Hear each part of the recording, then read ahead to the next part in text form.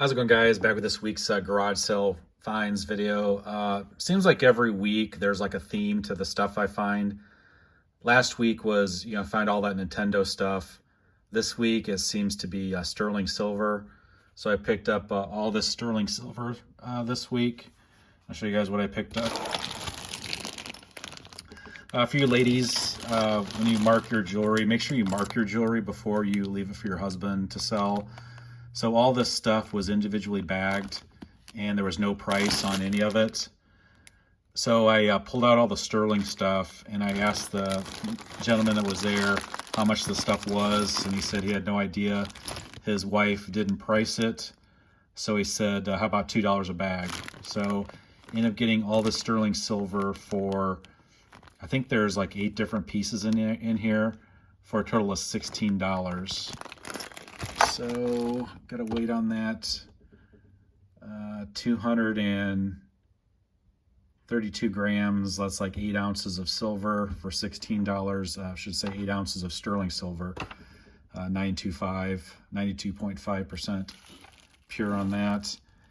Another sale, I found this like a candy dish, small bowl. That was $8. And at this sale, there's a lot of plated stuff. So you always want to look, because you never know, there might be some sterling mixed in with the plated stuff.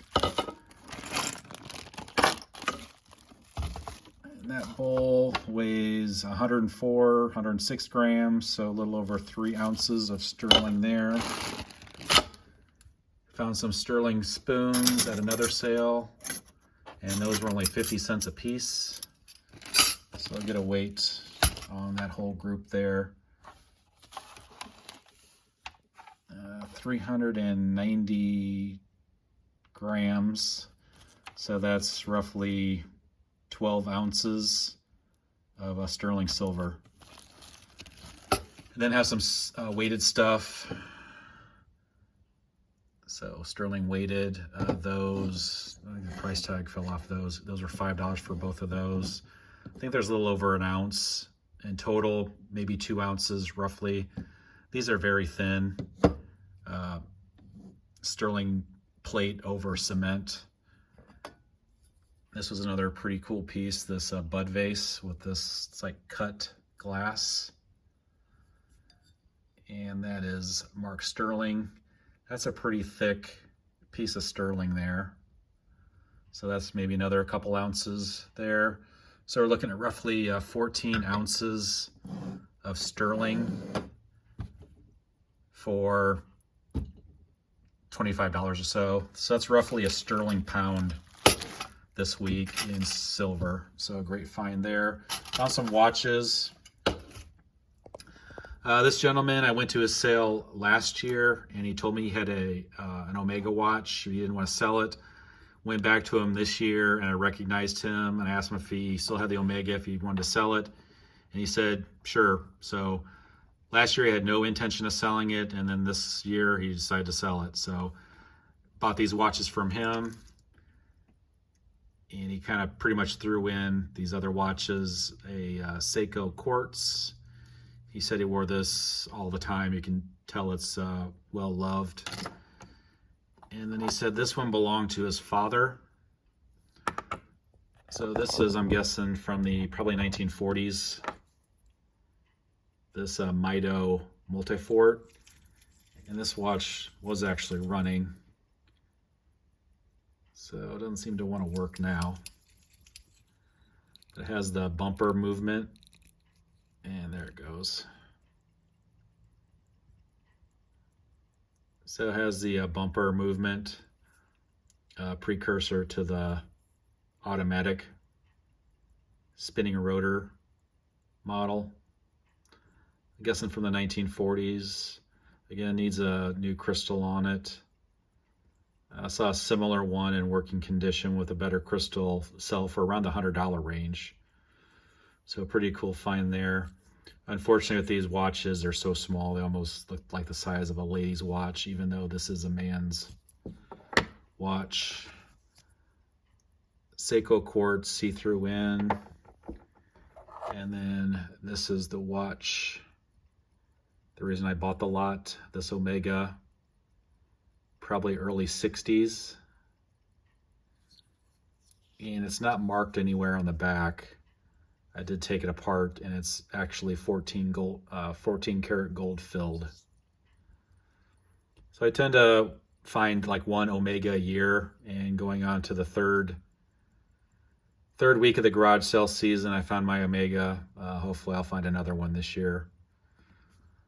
So found that, and then another garage sale, like another bag kind of junk watches. Found all these. It was $10 for this group. Have a fake Breitling. Actually has an automatic movement in it, but it's not working. The only reason I bought that, it was in the lot. Couple Casio WR calculator watches. Made in Korea, so those are probably from, I guess, in the 80s. This Marvell gold-filled watch, probably from the 40s or 50s. Maybe a 70s, early 80s A-Deck quartz stainless steel watch made by Citizen. And then just another junk Element fashion style watch. Probably the coolest watch of the group is this one right here. So it looks like to be a 60s skin diver watch.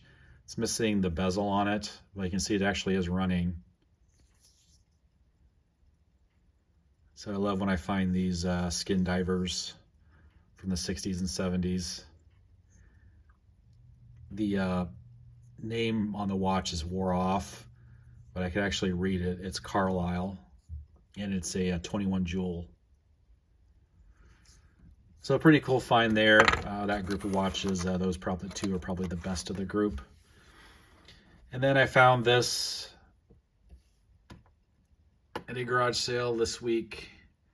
So it's marked 14 karat gold. And this actually tested as a diamond.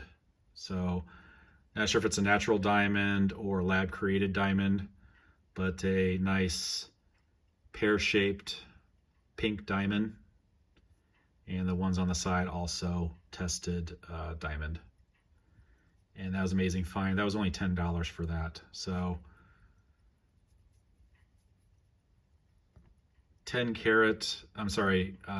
karat gold with probably at least a carat diamond. Again, I don't know if that's a natural stone or lab created. Not exactly the value on that, but really cool find, only for $10.